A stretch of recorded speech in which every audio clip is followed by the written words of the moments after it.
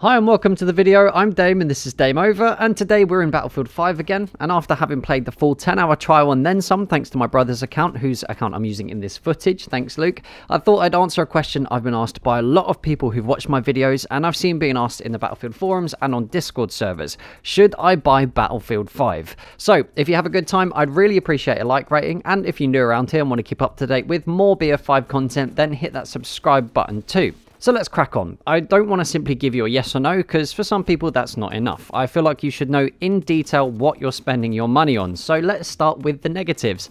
Those frustrations or gameplay elements that might put players off. And in Battlefield 5 there are only really a few. Movement glitches, which were a big frustration for lots of players in Battlefield 1. The inconsistent movement, mantling, and random bugs that made you fall over on your face for no apparent reason. In an FPS, movement is a huge part of gameplay. I'd say probably more important than gun skill. If you're able to outmaneuver a player and get into an easy firing position, then you've done 90% of the work. All that's left is to pull the trigger. So when movement fails or doesn't work as you'd expect, it can be a massively frustrating element of the game, especially if after rubbing yourself vigorously against the wall for 10 seconds you get shot in the back. There are still some movement glitches and inconsistencies, at least in the trial, but overall it has improved and on the whole feels like a more fluid experience than Battlefield 1. Time to death is up next, and this is different from time to kill. It's to do with the time it takes you to die on your screen. I've seen lots of people post about it and have experienced it quite often myself, where it seems like I've been one shot from full health with a weapon that, when I use it to kill someone,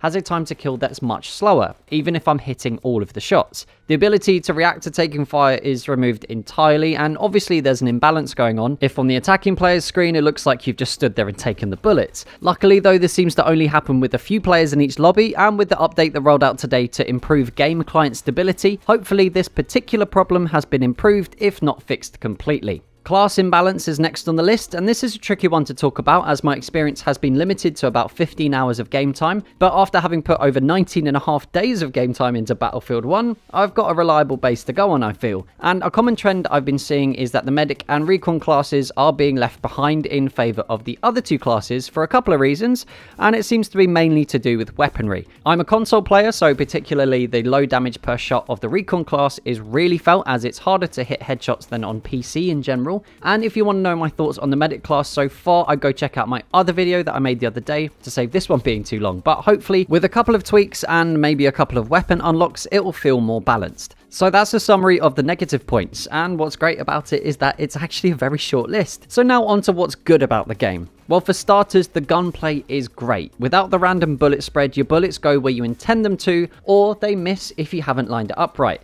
This means that higher skilled players are rewarded for better aim, and the skill ceiling overall has the potential to be much higher than in Battlefield 1, where there was always a random element involved in each gunfight thanks to the spread. It's a bit of a double-edged sword, because if you miss your shots, you've only got yourself to blame, but with practice, you can learn to be far more accurate. Attrition is next on the list, and I think it's a very exciting and interesting aspect of gameplay. Spawning in with limited ammo and a single medical pouch makes the importance of the medic and support classes felt very keenly, putting a big emphasis on a mixed squad composition. This should, in theory, lead to a big mix of classes and weaponry on the battlefield all the time. Planning your routes around the maps to go past a medic or ammo station is something you often need to take into account as well, especially if you need to fill up on your gadgets, which, as far as I can tell, do not get resupplied by the support class. Please let me know if that's not true in the comments. Tanks also need to be resupplied at these stations after using their ammo, so camping at the back of a map with an artillery truck for the whole game should be a thing of the past. Battlefield 5 also looks amazing. I mentioned it in my first impressions video, but the visuals are brilliant. Each map has its own unique character, and the attention to detail is pretty phenomenal. One of my friends the other day said while we were playing on Arras, "This looks like somewhere I'd like to take a walk," which I feel speaks volumes about the visual design. Hopefully he meant without all the gunfire and death and stuff, but anyway, it is great to look at, and it really helps to immerse you in the Battlefield experience. Vehicle balancing is up next, and particularly planes. It's no longer the case that you have to run and hide from any plane flying anywhere near you, and I'm sure you Battlefield veterans are familiar with the Ilya Muramet. Well, those days are over, it seems. Vehicles are far easier to be taken down, but can still be very powerful with the right pilot or driver. Vehicles being used as a power play will become a very important part of the game, I feel, but they will no longer be able to roam the battlefield racking up 50+ kills almost uncontested. Lastly, the feel of the game. And this is a difficult one to describe, but I'll do my best. Battlefield 5 feels very exciting to play. Yesterday, my team and I were trying to take an objective.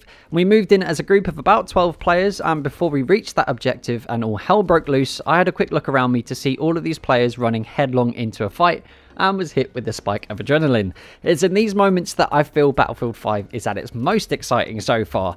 When there are bullets flying overhead, grenades exploding around you, but you're still rushing to your squad mate for a revive so you can finally push the enemy out of the objective and take it for your team.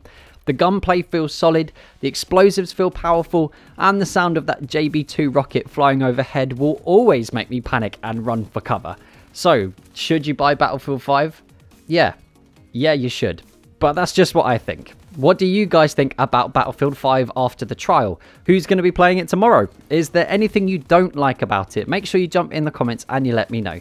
And here's a quick thank you to my Dame operatives, those of you guys that are helping to support the channel through Patreon. It's because of you guys I'm able to make content as often as I do, and hopefully with a bit more support in the near future, I'll be able to start doing it full time. So if you want to become a patron yourself, there's a link in the description and there'll be one in the pinned comment where you can help support the channel from as little as $1 a month. So if you had a good time, make sure you've hit the like button. If you're new around here, hit the subscribe button too. Don't forget the bell button for notifications so you don't miss any future posts. And as always, share this video wherever you like. And until next time, that's Dame over. Peace.